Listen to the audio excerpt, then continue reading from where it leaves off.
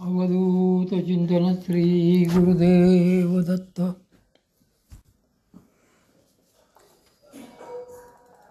सर्व साधक बंधू भगिनींनो, आपण वामनराज प्रकाशांची पुस्तकं वाचनात घेत आहोत.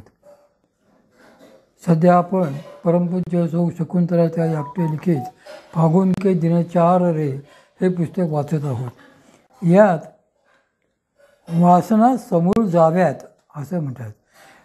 तर परमपूज्य मामा आपलं परमपूज्य ताई यात म्हणतात, महर्षी जमदग्नी देखील म्हणतात की नित्योत्सस्तदा तेषां नित्यस्त्री नित्यमंगलम येषां हृदयस्थो भगवान मंगलायतनम हरिही. जेव्हापासून एखाद्याच्या हृदयात मंगलधाम असे श्रीहरी विराजमान होतात, तेव्हापासूनच त्यांच्याकरता नित्य उत्सव, नित्य लक्ष्मी आणि नित्य मंगल होत असते.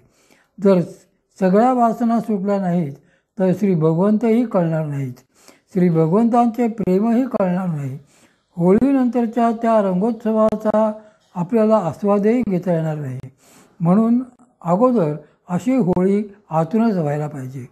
नुसतेच एखाद्याने जर म्हटले की वा वा काय मजा आली, तर ते वरवरचे झाले. पण त्याच आनंदात जर तो साधक अनेक दिवस राहिला तर मात्र समजावे की याच्या हृदयाला कुठेतरी ते तत्त्व स्पर्शले आहे. याने आतून होळी खेळलेली दिसते. सगळ्या वासना समूळ गेल्याशिवाय भगवत प्रेम आणि ब्रह्मानंद स्थिरावत नाही. नाहीतर जे काही दिसते ते सगळे अपराभक्तीमधले प्रेम असते. स्वार्थाने अंशतः लिप्त झालेले प्रेम असते. काही ना काहीतरी अहंभाव त्यात शिल्लक असतोच. अशा स्थितीत जर त्याच्या स्वार्थावर घाला आला तर एका क्षणात श्री भगवंतांना, श्री सद्गुरूंनाच दोष दिला जातो की देवाने असे कसे केले, सद्गुरूंनी असे का केले, मला दीक्षा झाली आहे तरीसुद्धा असे कसे झाले.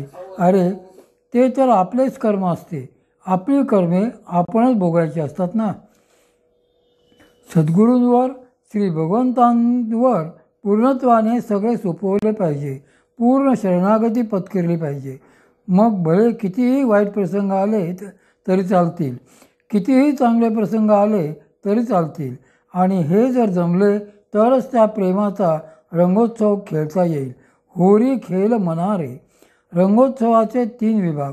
हा रंगोत्सव साजरा करताना देखील त्याचे 3 विभाग असतात. त्यातला जो पहिला विभाग आहे तो म्हणजे पिचकारीने रंग उडविणे. पूर्वी फक्त केशरच उडविले जाई.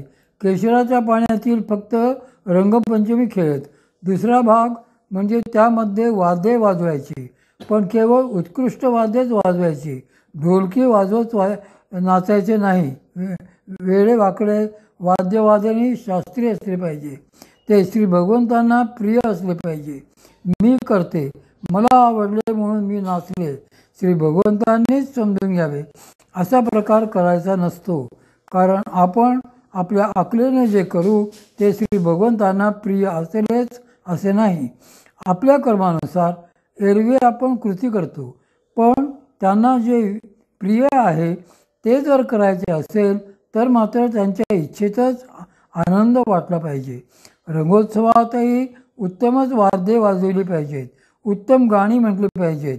गाणी म्हणजे त्यांची भजने, जेणेकरून त्यांची स्तुती आपल्या मुखाने होईल अशी पदे. आपल्या मुखातून त्यांचेच नामसंकीर्तन घडले पाहिजे. अशाच त्यांना प्रिय असलेल्या साऱ्या गोष्टी यथासांग झाल्या पाहिजेत. पूर्वीच्या काळी रागदारीत रचना करायचे आणि त्याच्या चढाओळी ठेवायचे. अशा चढाओळीमध्ये देखील अमुक राग गाऊन मी त्यांची स्तुती करीन असाच भाव असे व त्या भावनेनेच ते गायले जाई. प्रत्येकीची भावना एकच असे की मी जे जे काही करते आहे ते सगळेच्या सगळे श्री भगवंतांच्या पायापाशी पोचावे. तेवढी एकच भावना महत्त्वाची व सेवाभावाची असते, हे लक्षात ठेवावे. पूर्वी या रंगोत्सवाचा 3रा विभाग म्हणून नृत्य देखील करीत असत. ती नृत्ये सगळी शास्त्रीय आणि त्यांच्याच ठायी सेवा पुष्पे वाहण्याकरता असायची. असे जर जमले तरच रंगोत्सवाचा पूर्वरंग जमला. यामध्ये कुठेही एक कण देखील कमतरता येता कामा नये, तर देव निघून जातात. श्री संत तुकाराम महाराजांची एक गोष्ट आहे. ते एकदा कीर्तन सेवेला उभे राहिले. कीर्तन सुरू झाले आणि ते सतत 7 तास अखंड कीर्तन करीत उभेच होते. त्या दिवशी गंमतच झाली. श्री भगवंत समोर होते. नुसतेच उभे नव्हते, तर त्यांच्या कीर्तनामध्ये भान अर्पून ते नाचते होते. त्यामुळे कीर्तनाला जो काही रंग चढला होता तो अगदी अपूर्वच होता. मातोश्री रुक्मिणी देवी देखील स्वतः येऊन बसल्या होत्या. सगळे लोक म्हणत होते की किती सुंदर कीर्तन चालले आहे. असा सगळा आनंद सोहळा चाललेला असताना अचानक कोणीतरी गृहस्थ आतमध्ये सभागृहात आले आणि एक क्षणभर का होईना श्री संत तुकाराम महाराजांचे लक्ष त्यांच्याकडे गेले. अरे आलात काय, असे त्यांच्या मनात क्षणभर तरी आले आणि पुन्हा त्यांनी कीर्तनाला समोर बघितले तर देव नाहीत. त्यांना खूप वाईट वाटले. कुठे गेले देव? त्यांच्यासाठीच तर ही सेवा करीत होतो. एवढे 7 तास इथे होते, आताच काय झाले? पण त्यांनी देवांना दोष मात्र दिला नाही. ते म्हणाले माझेच काहीतरी चुकले असावे. त्यानंतरही रोज नियमाने ते कीर्तन सेवा करीतच राहिले. 1 दिवस 2 दिवस असे दिवस जाऊ लागले, पण श्री भगवंत काही समोर येईनात.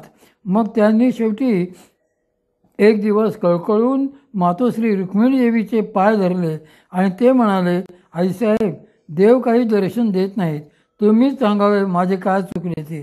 त्या म्हणाल्या, तुकारामा, एक क्षण का होईना तुझे लक्ष त्यांना सोडून दुसरीकडे गेलेच ना, म्हणूनच ते निघून गेले. ते काय तुझ्यासाठी थांबणार आहेत? लक्ष एक क्षण दुसरीकडे गेले तरी श्री संत तुकाराम महाराजांच्या समोरून सुद्धा देव निघून जातात. आपल्यासमोर तर ते येतच नाहीत, कारण आपले एक क्षणसुद्धा त्यांच्याकडे लक्ष नसते. एवढा मोठा फरक आहे. एका क्षणाने सुद्धा साधू संतांना एवढा फरक पडतो. मग आपण जर एक क्षणही कधी त्यांचे नाव घेतले नसेल तर कोण येणार समोर? शेवटच्या वेळची बात तर सोडून द्या, भगवत लीला आस्वाद असे हे जे रंग खेळले जातात त्यामध्ये उत्तर रंग असतो. त्यात श्री भगवत लीलांचा आस्वाद घेतला जातो.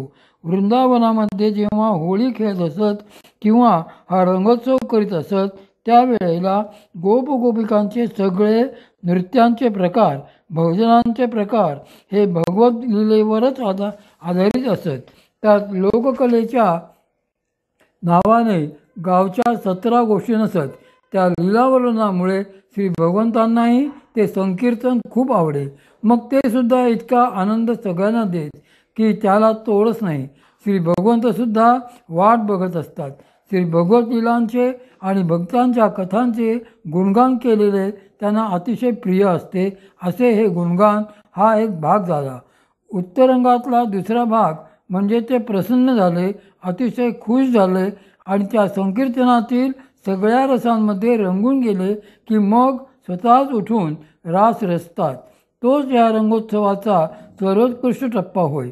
तो खूप श्रेष्ठ व अप्राप्य प्रकार आहे. पण अशावेळी ते रास मांडतात आणि स्वतःच तो वाढवितात.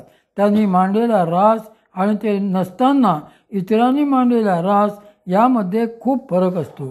श्री भगवंतांनी सुशोभित केलेल्या बहर आणलेल्या रंगोत्सवाची अतिशय चित्ताकर्षक व रमणीय वर्णने श्री संत मीराबाईंनी आपल्या पदांमधून करून ठेवलेली आहेत. त्या म्हणतात की मला मही वसंत पंचमी फागासव गावे हो, फागुन फागा खेळ वनराड जरावे हो. माघामध्ये वसंत पंचमी येते व तेथूनच फागाचे वेध सर्वांना लागतात. फाल्गुनामध्ये जेव्हा श्री भगवंताकडून फाग खेळला जातो तेव्हा सर्व वनराईला जणू नवजीवनच मिळते. रंग बरी राग बरी रागसू बरी री, होळी खेळ्या श्यामसंग रंगसू बरी री. उडत गुलाल लाल बादला केरी रंग लाल, पिचका उडवा रंग रंगरी धरिरी. शोभा चंदन अर्गजा मा केसरनो गागर भरिरे. रंगांनी अनिवार्य प्रेमाभिव्यक्तींनी आणि आल्हाददायक संगीताने भरलेली अशी होरी श्री भगवंतांची असते. त्यांच्यासोबत खेळल्या जाणाऱ्या होरीत या सर्व गोष्टींना अभूतपूर्व उधाण येते. श्री भगवंतांनी उधळलेल्या गुलालाने आकाशातील ढग हेही रंगून गुलाबी लाल होतात.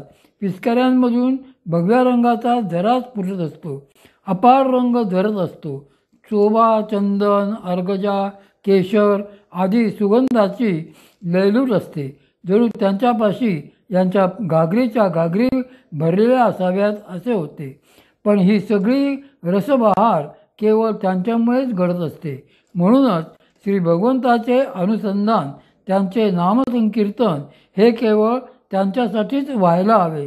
त्यांच्याशिवाय त्यात इतर काहीही एवढेही यायला नको. नाहीतर आपले मी माझे सुटणारच नाही आणि रंगोत्सवाचा आनंदही लुटता येणार नाही. आपण जर श्री भगवंतांच्या श्रीचरणांवर आपले सगळेच्या सगळे मी माझे संपूर्णपणे समर्पित केले तर त्यांनी केलेली एवढीशी गोष्ट देखील अपार अवर्णनीय असा आनंद देऊ लागते. पण मी माझे मध्ये आले तर मग काहीतरी मिळण्याची अपेक्षाही राहते आणि त्याचे प्रेमसुख मिळणे